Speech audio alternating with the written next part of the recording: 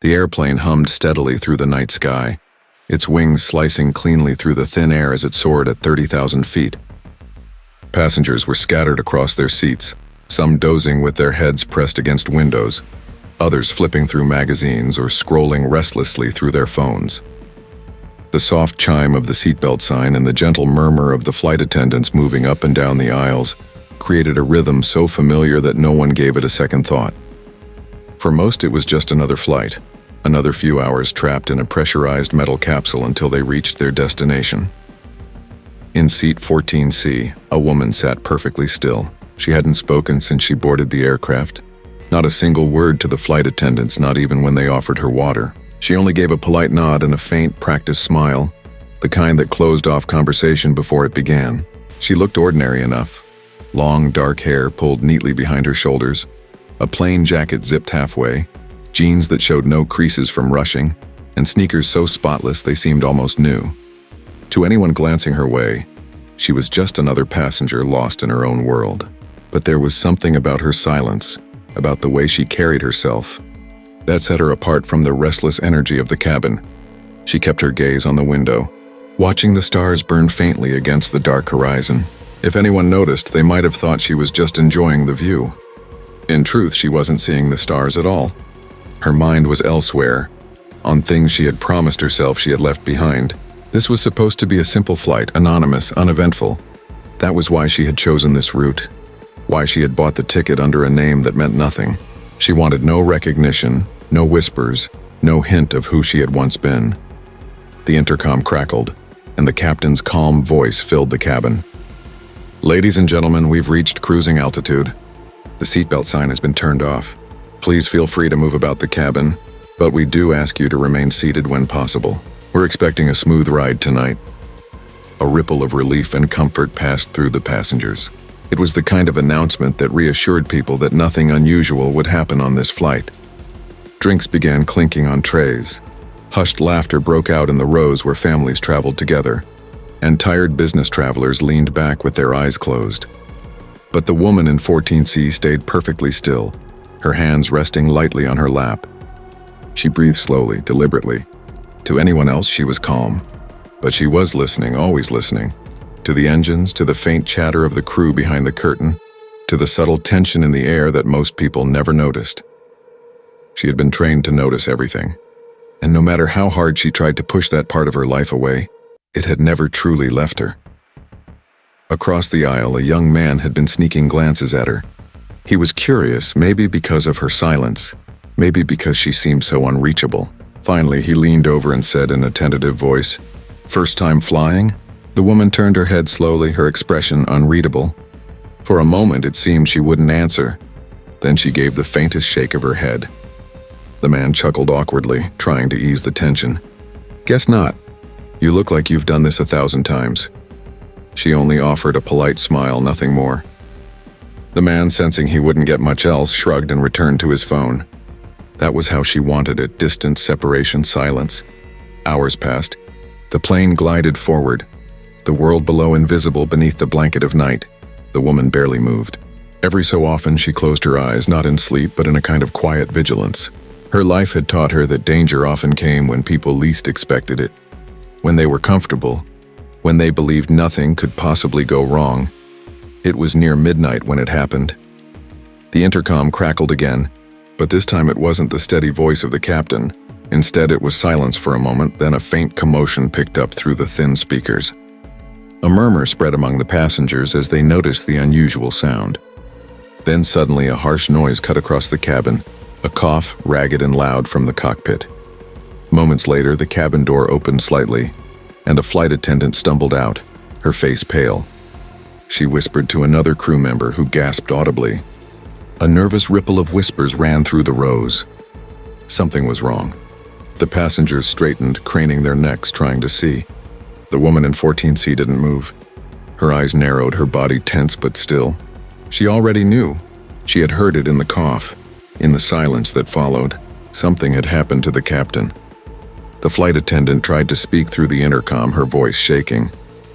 "Ladies and gentlemen, if there's a doctor on board, please make yourself known immediately." A chill spread through the cabin. The words carried more weight than the crew intended. A doctor meant medical trouble, and medical trouble at 30,000 feet was no small matter. Two passengers, both doctors by chance, hurried forward. The cockpit door shut behind them, leaving the rest of the plane in uneasy silence. The minutes stretched unbearably long. The woman in 14C didn't look away from the front of the aircraft. She knew what those minutes meant. She could almost predict the rhythm of the crisis unfolding. First the attempt to stabilize, then the realization of severity, then the frantic search for options. Finally, the door opened again. The doctors came out, their faces grave. The lead flight attendant's voice cracked as she spoke into the intercom, her professional composure trembling at the edges. "Ladies and gentlemen, please remain calm. The captain has taken ill and is unable to continue flying the aircraft. We are working with air traffic control to determine the best course of action." The words struck like a thunderclap. Some passengers gasped. Others began to murmur in panic. A baby began to cry. The young man across the aisle whispered, "Oh God." The first officer was still in the cockpit, that much was clear, but the captain was down. It wasn't supposed to happen, but sometimes it did. The woman in 14C could picture the co-pilot's face right now, sweat forming, heart racing, trying to remember every emergency checklist drilled into him during training. She knew the pressure he was under, and she knew how easily mistakes could be made under that weight. The flight attendants rushed down the aisles, whispering reassurances, but their eyes betrayed their own fear. The truth was simple. A single pilot at the controls was never ideal, not for a long flight at altitude, not in complex airspace. They needed help. The woman in 14C gripped the armrest briefly, her knuckles tightening. She told herself to stay silent, to stay hidden. She had promised herself never to return to that world, never to hear her call sign spoken aloud again. But as she listened to the rising panic around her, as she saw the crew struggling to maintain control, she felt the weight of her silence pressing heavier with each passing second. She looked again at the stars outside, their cold brilliance scattered across the black. She remembered nights just like this one long ago, when her life had been nothing but the sound of engines and the crackle of radios. She had buried that part of herself, locked it away.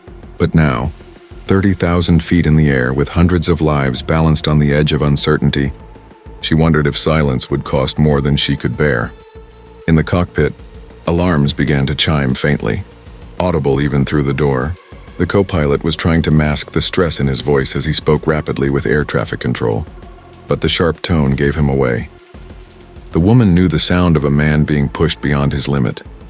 Passengers clutched at armrests, exchanged frightened whispers, glanced at the silent woman who hadn't moved since the crisis began. No one knew, not yet, that the calmest person on board was the one who carried a past capable of changing everything. She breathed in deeply, her mind sharpening with a clarity she had denied for years. She knew she couldn't stay invisible much longer. Her silence had protected her, but soon it would betray everyone else. The cabin trembled slightly as the plane adjusted course, the autopilot compensating for uneven control inputs. The young man across the aisle turned again to her, his voice urgent now. "Do you think we're in trouble?" For the first time she spoke. Her voice was low, steady, and so certain it startled him. "Yes." The word hung heavy in the air. She didn't say more. She didn't need to, because she already knew what was coming next. The hum of the engines filled the silence, a sound that should have been reassuring but now only deepened the dread. The announcement had settled into every passenger's chest like a stone. The captain was down. At 30,000 feet, the words carried a weight few could fully comprehend.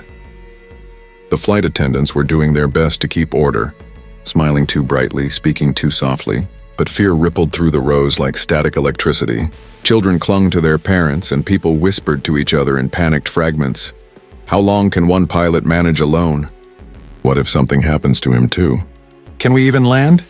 The woman in 14C sat still, her mind calculating, remembering the training she had once lived by. She knew the systems of this aircraft as if she had been born inside it. She knew the way the co-pilot's hands would be shaking right now, how the sweat would sting his eyes as he tried to focus on the glowing instruments. She knew because she had been there before, in storms, in combat zones, in nights when the sky itself felt like it was against her. She had promised herself she was done with that life. No more radios, no more call signs, no more responsibility for hundreds of souls at once. She had carried enough weight for a lifetime. She wasn't supposed to be here, wasn't supposed to feel the familiar pull of duty, and yet as the plane shifted uneasily in the air, she realized the choice might not be hers anymore. From the front, the intercom crackled again. The first officer's voice, strained but trying to sound calm, came through. "Ladies and gentlemen, this is your first officer speaking. We are currently in communication with air traffic control, and we're working to get the situation under control. Please remain seated with your seatbelts fastened. We appreciate your cooperation." The voice cut out, leaving the cabin heavy with uncertainty. Passengers looked at one another, their fear unspoken but clear. The woman's eyes stayed locked on the curtain that separated them from the cockpit. A flight attendant hurried down the aisle, stopping near her row. She bent toward the young man across the aisle, her voice urgent. "Do you know anything about flying?" "Anything at all?" The man shook his head, his face pale. No. I can barely drive a car."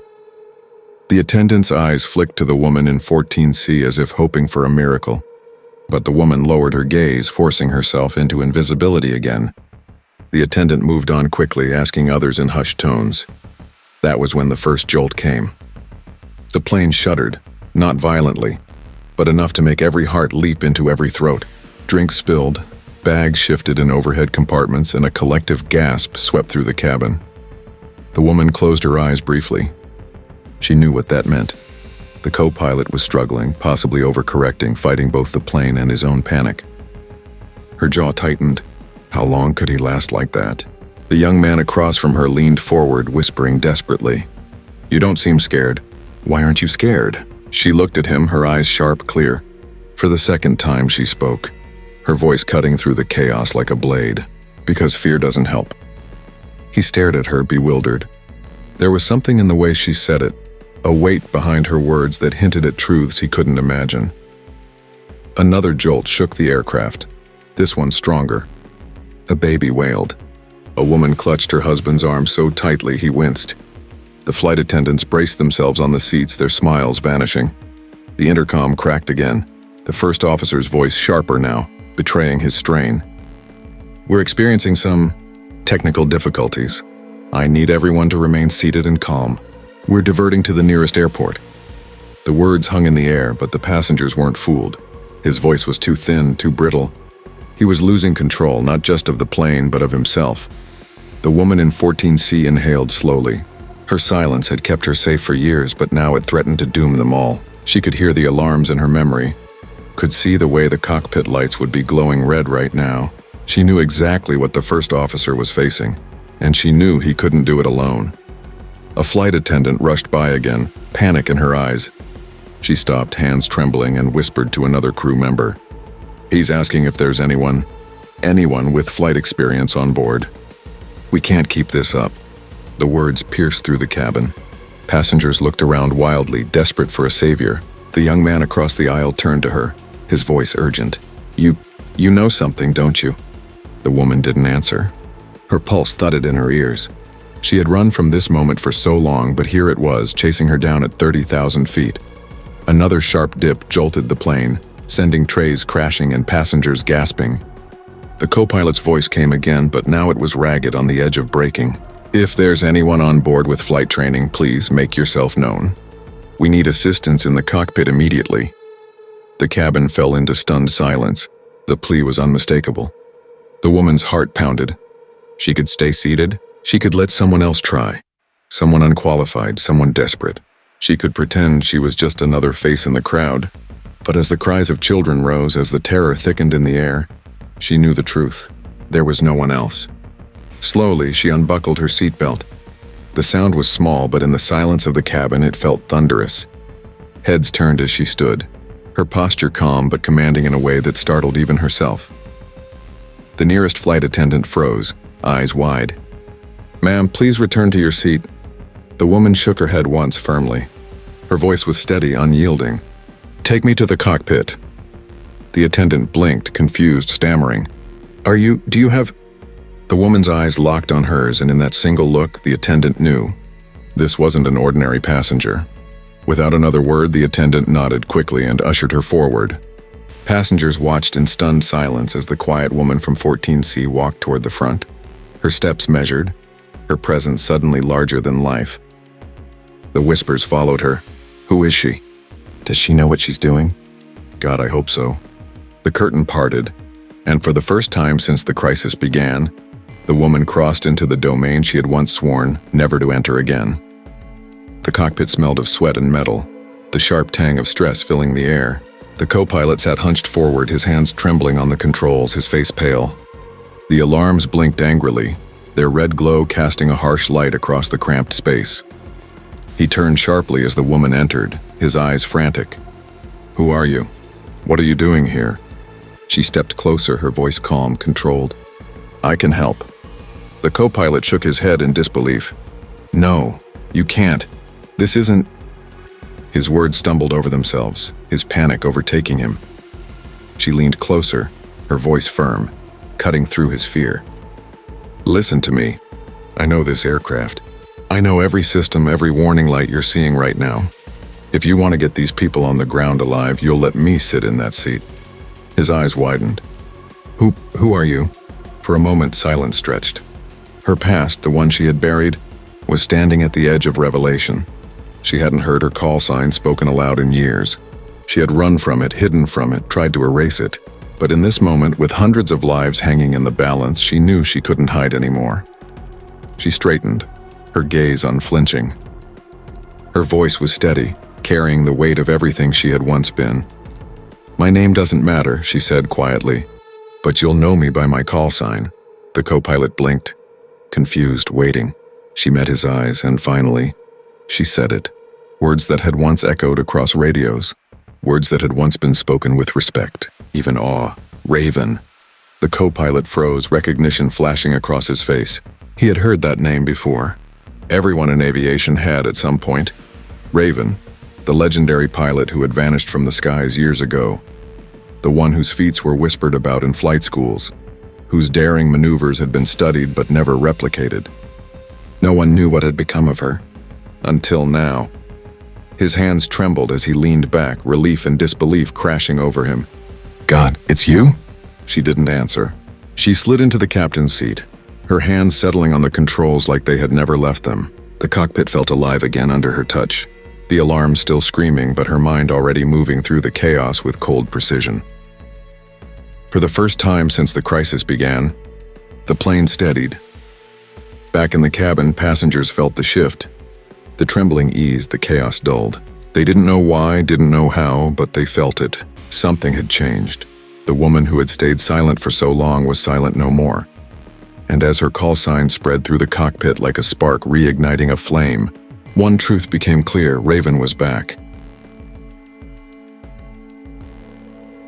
The cockpit was a storm of alarms and flashing lights, but inside Raven's mind everything was calm. The years she had spent trying to erase this part of herself melted away in an instant, replaced by muscle memory and instinct as sharp as the day she had left the skies. Her fingers moved swiftly, silencing the warning tones, adjusting the trim, correcting the co-pilot's panicked inputs. The aircraft responded like a restless beast finally guided by a steady hand. Autopilot disengaged, she said, her voice low but certain. We'll fly manual until we stabilize. The co-pilot swallowed hard, watching her work. Awe etched across his pale face. I can't believe this. I thought you disappeared. I did, Raven replied, her eyes locked on the horizon, her hands steady on the yoke. But right now that doesn't matter. The plane steadied, and though turbulence still shook it lightly, the chaotic lurches had ended. In the cabin, the passengers immediately felt the difference. The fear hadn't gone away, but hope flickered in their eyes. The whispers began to spread. It feels smoother. Something's changed. Maybe we'll be okay. The first officer, still trembling, leaned closer to Raven. You can really do this? Bring us down? Her eyes cut to him, sharp and unyielding. I've brought down worse. Focus on what I tell you and we'll make it. He nodded almost mechanically, as if her authority left him no room to doubt. She keyed the radio. Mayday, mayday, mayday. This is Flight 392, Raven speaking. Captain incapacitated. I am assuming command of the aircraft. The response was immediate. The calm voice of air traffic control crackled in her headset. but she could hear the shock beneath the professionalism. "Raven, did you say Raven?" Yes, she confirmed, her tone clipped. "We're 30,000 feet currently diverting. I'll need priority vectors and emergency services on standby." A pause, then a reply with a new edge of urgency. "Roger that, Raven. Diverting you to Denver International. Runway cleared. Emergency crew standing by. Godspeed." The co-pilot exhaled, stunned by the sudden authority in the exchange. It was as if the entire aviation network had straightened at the sound of her voice. The legend had returned, and no one dared question it. Back in the cabin, time seemed to stretch and contract all at once. Some passengers prayed under their breath. Others clutched hands so tightly their knuckles whitened. But the tremors of panic had dulled. Even without knowing who she was, they could sense it. Someone capable was in control now. In seat 14C, now empty, the young man stared at the front of the plane, his heart racing. She replayed her words, the calm certainty in her voice, the way she had walked forward without hesitation. Who was she? Inside the cockpit, Raven guided the plane down gradually, scanning the instruments, her mind running through checklists faster than the first officer could keep up. The weather was worsening, patches of storm ahead, winds gusting unpredictably. It wasn't an ideal night for any landing, much less an emergency one. The co-pilot's voice shook as he pointed to the radar. "Crosswinds, 30 knots on approach." Raven didn't flinch. "I've landed in worse. Keep your focus. We don't have the luxury of waiting for perfect conditions." The descent began. The passengers felt their stomachs drop as the nose tilted slightly downward. A ripple of murmurs filled the cabin, fear rising again as the ground crept closer. At 20,000 feet, the turbulence intensified. The plane jolted hard, luggage tumbling in the overhead bins. A child screamed. A woman sobbed openly. But through it all, Raven's hands never wavered on the controls. "Flaps 20, she ordered sharply. The co-pilot obeyed instantly, his fear slowly transforming into something else. Trust. She was steady, unshakable, even as the storm clawed at the aircraft. As the airport came into view, the runway lights gleaming faintly through the haze, Raven's jaw set. Memories flooded back unbidden, missions flown through combat zones, evasive maneuvers against impossible odds, nights where survival seemed a distant dream. This wasn't combat, but in many ways it was worse. These weren't soldiers at her back.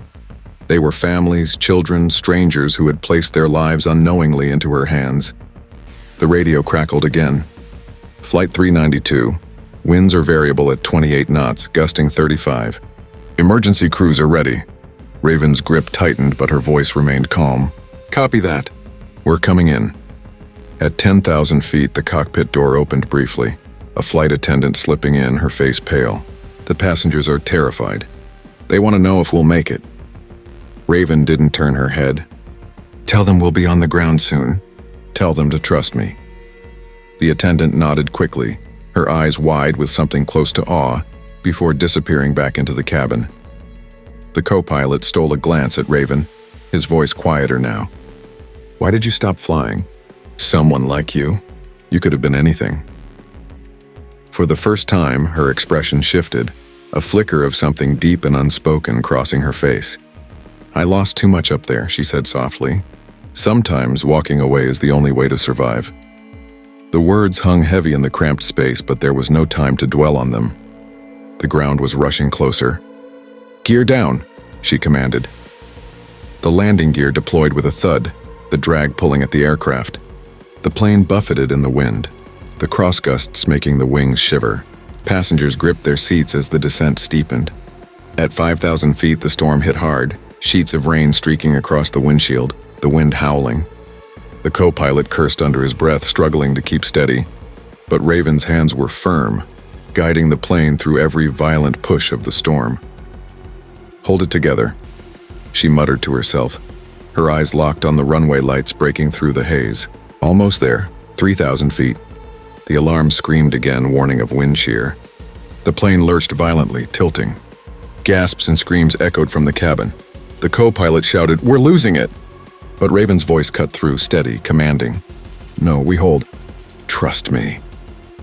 Her hands worked the controls with impossible precision, countering the gusts, correcting the yaw, coaxing the aircraft back on course. Her body moved like a dancer, every motion deliberate, every correction seamless. The co-pilot could only watch, stunned by the mastery unfolding beside him. 1,000 feet. The runway lights loomed larger, clearer. The storm still clawed at them, but Raven didn't waver. "Flare on my mark," she said. The co-pilot's hands hovered. Ready. 500 feet. Passengers braced, some crying openly, others whispering frantic prayers. The young man across from 14C clenched the armrests, whispering to himself, "Please, whoever you are, don't let us die." 200 feet. The ground rushed up. Raven's voice was calm, almost serene. "Now." The co-pilot pulled back gently as she guided the descent, the plane leveling with perfect precision. The wheels screamed against the runway, sparks flying as rubber met asphalt. The plane bounced once hard, then settled, roaring down the rain-slicked strip. The passengers erupted in gasps and sobs, relief flooding the cabin as the aircraft slowed. Emergency vehicles chasing alongside with flashing lights. The brakes groaned, the engines roared in reverse thrust, and finally, mercifully, the plane shuddered to a stop. For a moment, there was only silence. Stunned, disbelieving silence. Then, as if a dam had broken, the cabin erupted in cheers and cries of joy. Strangers embraced, tears flowed freely, and hope, so fragile just moments ago, came alive again. In the cockpit, the co-pilot leaned back, his hands trembling, his face wet with sweat. He stared at Raven, his voice filled with awe. You just saved them all." Raven exhaled slowly, her grip loosening on the controls. "No," she said quietly. "We saved them." The cockpit door opened and the lead flight attendant entered, her eyes wide with gratitude. They want to see you. They want to know who you are." Raven shook her head, standing slowly. "They don't need to know. They just need to know they're safe." But as she stepped into the cabin, all eyes turned to her. The cheers dulled into silence, replaced by a reverent hush. She stood there steady, composed, the woman who had risen from anonymity to save them all. The young man in the aisle seat was the first to speak, his voice trembling. Who are you?" For a moment she hesitated. Then, her voice steady but soft, she answered, "I was once called Raven." A murmur rippled through the passengers, recognition dawning in fragments. The legend whispered across aviation circles suddenly made flesh before them. Some gasped, some stared in awe, others simply wept. She offered them the faintest of smiles, then turned away, slipping back into the quiet she had known so well. For her, it wasn't about glory. It never had been. But that night at 30,000 feet, when silence could have doomed them all, Raven had returned, and the world would never forget it.